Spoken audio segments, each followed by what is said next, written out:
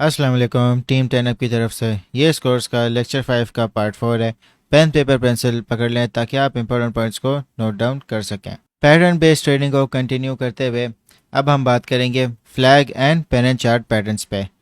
हम जानेंगे कि ये कैसे फॉर्म होते हैं, इनके बीच में क्या फ़र्क है और किस तरह इन पे ट्रेडिंग करनी है। तो दोस्तों, फ्लैग पैटर्न्स या पेन पैटर्न्स दो टाइप के होते हैं, बुलिश या बेरिश।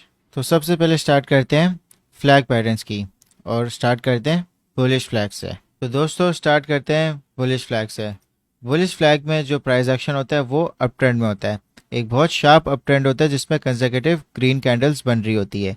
तो जो आपकी ये स्ट्रेट लाइन बनती है इसको कहते हैं फ्लैग पोल। तो दोस्तों, जब ये शार्प अप ट्रेंड चल रहा होता है तो काफ़ी वॉल्यूम भी होती है। फिर उसके बाद इसको रेजिस्टेंस मिलती है जिसमें ये थोड़ी सेलिंग होती है, जिसकी वजह से एक डाउन ट्रेंड बनता है। मगर इसमें इसको कहते हैं कंसोलिडेशन फेज, क्योंकि इस डाउन ट्रेंड में ये छोटे सपोर्ट और रेजिस्टेंस दोनों बना रहा होता है। तो दो कंसेक्यूटिव सपोर्ट और रेजिस्टेंस के बाद फिर इसका ब्रेकआउट होता है। तो आप चैनल के थ्रू यूज़ करके ये इसकी लाइंस बना सकते हो। इस तरह आपका चैनल बन जाएगा। तो दोस्तों, जब इसके दो कंसेक्यूटिव सपोर्ट और रेजिस्टेंस के बाद फिर इसका ब्रेकआउट होगा और दोबारा से एक शार्प अप ट्रेंड चलेगा। अब जो आपका टारगेट होगा इसका, जो इसका नेक्स्ट शार्प अप ट्रेंड होगा वो फ्लैग पोल के बराबर होगा। तो आप एक बहुत अच्छी ट्रेड बना सकते हो। मगर आपने ट्रेडिंग इस तरह करनी है कि जब भी पूरा एक फ्लैग पैटर्न कंप्लीट हो जाए और यहाँ पे ब्रेकआउट हो जाए, तो जो फर्स्ट ब्रेकआउट कैंडल होगी वो आपकी कंफर्मेशन होगी और उसमें वॉल्यूम ज़्यादा होना चाहिए। तो उस ब्रेकआउट कैंडल पे उसका जो लोअर विक होगी वहाँ पे आप अपना स्टॉप लॉस लगाओगे और जो उसकी नेक्स्ट कैंडल होगी वहाँ से आप लॉन्ग की पोजीशन या आप स्पॉट में बाय कर सकते हो और आपका टारगेट फ्लैग पोल की लेंथ के बराबर होगा। अब बुलिश फ्लैग की तरह पेनेंट भी वैसा ही होता है। जो बुलिश पेनेंट होता है सेम उसमें फ्लैग पोल होता है, एक शार्प अप ट्रेंड होता है। मगर जिस तरह बुलिश फ्लैग में पैरेलल लाइंस थी, इसमें क्या होता है कि इसमें एक दो ट्रेंड लाइंस हैं जिसमें जो प्राइस एक्शन है वो साइडवेज मूव करता हुआ स्क्वीज हो रहा होता है। अगर आप देखो कि इसके जो सपोर्ट और रेजिस्टेंस है वो एक दूसरे के करीब आना शुरू होती हैं, फिर यहाँ पे इसका ब्रेकआउट हो जाता है और सेम फ्लैग पोल का की जो लेंथ है वही टारगेट इसका ब्रेकआउट टारगेट होता है। तो दोस्तों, फ्लैग और पेनेंट में फ़र्क सिर्फ ये है कि फ्लैग में पैरेलल ट्रेंड लाइंस होती हैं और जो पेनेंट है उसमें आप कह सकते हो कि ट्रायंगल फॉर्म हो रहा होता है जिसमें जो प्राइस एक्शन है वो स्क्वीज आउट हो रहा होता है। सिर्फ इतना सा फ़र्क है फ्लैग और पेनेंट में। बेरिश फ्लैग या बेरिश पेनेंट में आपके पास सेम फ्लैग होता है मगर उसमें एक शार्प डाउन ट्रेंड होता है प्राइस एक्शन का। उसमें कंसेक्यूटिव रेड कैंडल्स बन रही होती है। तो दोस्तों, जैसा कि आप देख सकते हो कि आपके पास बेरिश फ्लैग में पैरेलल लाइंस आ गई जहाँ पे प्राइस एक्शन ने रेजिस्टेंस सपोर्ट दो दफ़ा उसमें मूव किया, फिर यहाँ पे इसका ब्रेकआउट हो गया वापस से शार्प डाउन ट्रेंड में। और सेम इसका जो टारगेट होगा वो आपका फ्लैग पोल के हिसाब से ही होगा।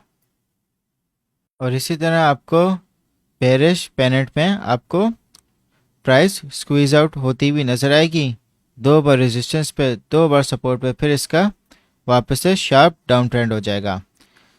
दोनों बेरिश फ्लैग और बेरिश टेनेंट में आपने कंफर्मेशन का वेट करना है कि जब इसकी ब्रेकआउट होए, इसका जो फर्स्ट कैंडल होगी अगर उसमें वॉल्यूम होगा तो आप उसके नेक्स्ट कैंडल पे आप ट्रेड कर सकते हो, एक शॉर्ट पोजीशन ले सकते हो। तो दोस्तों, आपको bullish flag, bullish pennant, bearish flag और बेरिश पेनेंट दोनों समझ आ गएंगे। तो चार्ट्स पर चलते हैं और इनको आइडेंटिफाई करते हैं। तो दोस्तों, जैसा कि आप देख सकते हो कि यहाँ पे एक शार्प अप ट्रेंड बना है, तो यहाँ पे आपका फ्लैग पोल बन गया, फिर यहाँ पे इसको रेजिस्टेंस मिली और यहाँ पे इसके पैरेलल चैनल बन गए। आपके पास एक बार सपोर्ट, एक बार रेजिस्टेंस, एक बार सपोर्ट, दूसरी बार रेजिस्टेंस, फिर तीसरी बार ये इसने ब्रेकआउट की प्राइस एक्शन बनाया और फिर किसने वॉल्यूम से इसने इसको ब्रेकआउट किया।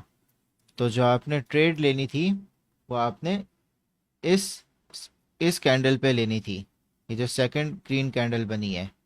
और इसका जो स्टॉप लॉस था वो आपकी फर्स्ट ग्रीन कैंडल का जो आपकी ब्रेकआउट कैंडल है उसकी लोअर वेक या लोअर बॉडी पे होना चाहिए था, तो आपका स्टॉप लॉस यहाँ पे होता और जो फ्लैग की आपकी हाइट है वो आपका टारगेट बन जाता। दोस्तों जैसा कि आप देख सकते हो कि यहाँ पे एक बेरिश पेनेट बन रहा है।